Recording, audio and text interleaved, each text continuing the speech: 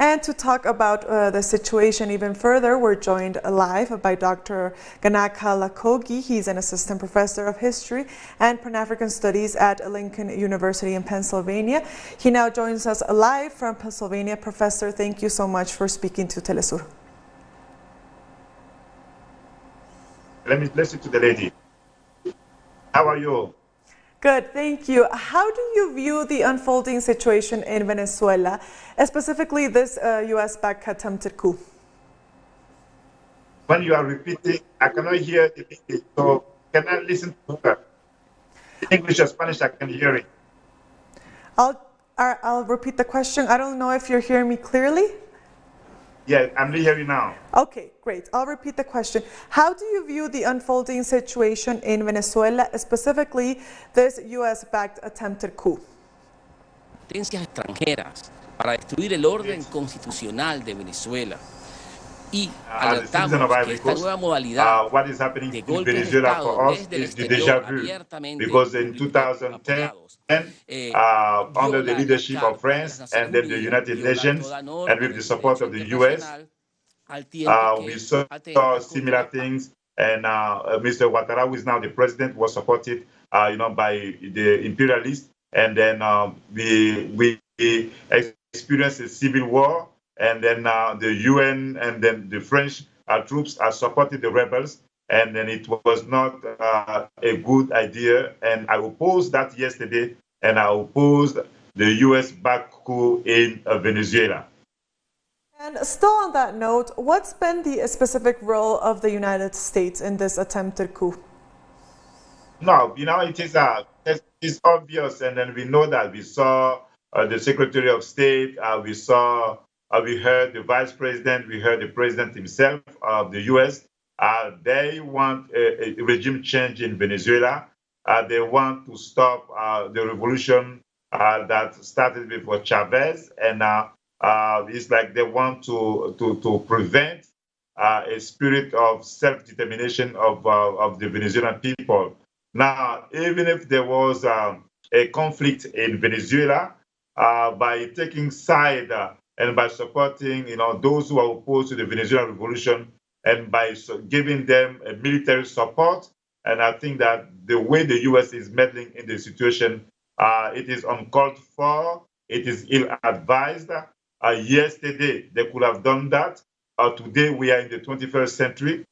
We are in the age of the new information revolution, and many people across the globe are watching closely, and this is not good for the reputation of the United States. Professor, can you talk to us a little bit more about the history of the United States in Africa and how it relates to this situation? It's not that we'll talk about the history of Africa, but we know what we are seeing today. I want to talk about that quickly before I talk about Africa. What we see today in Venezuela, usually when people analyze the situation, they forgot that there were the U.S. Like a series of foreign policies undertaken by the United States, and it all started with the Monroe Doctrine. And later on, we experienced the Manifest Destiny. And later on, we saw those colonial wars, one against Spain, and then how they were going to take over Cuba. And later on, there will be the Corollary Doctrine that gave the right, that the U.S., they gave themselves the right to intervene in other people's business in order to advance and defend their interests. And later on, during the Cold War, we saw the Truman Doctrine and many others, and this is how America has been involving itself in different countries.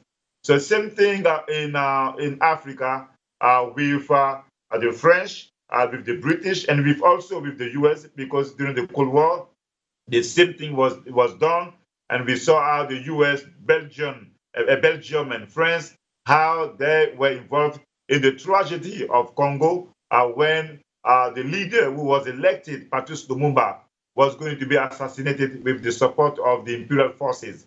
And then since that time till today, Congo has been experiencing a tragedy, and then the story of Congo is identical to the story of Ghana, when in 1966 the first leader of Ghana who brought independence to that country and who supported Pan-Africanism and who helped decolonize many parts of Africa, was overthrown. His name is Kwame Nkrumah. He was overthrown with the support of the US. So it is the same thing that we've been experiencing, and that's why we believe that we have to sympathize with the people of Venezuela. And even if there was a crisis, we believe, and I believe, that it is up to the people of Venezuela to find a peaceful and political situation, and then we should not see the involvement of any foreign power, be the United States of America.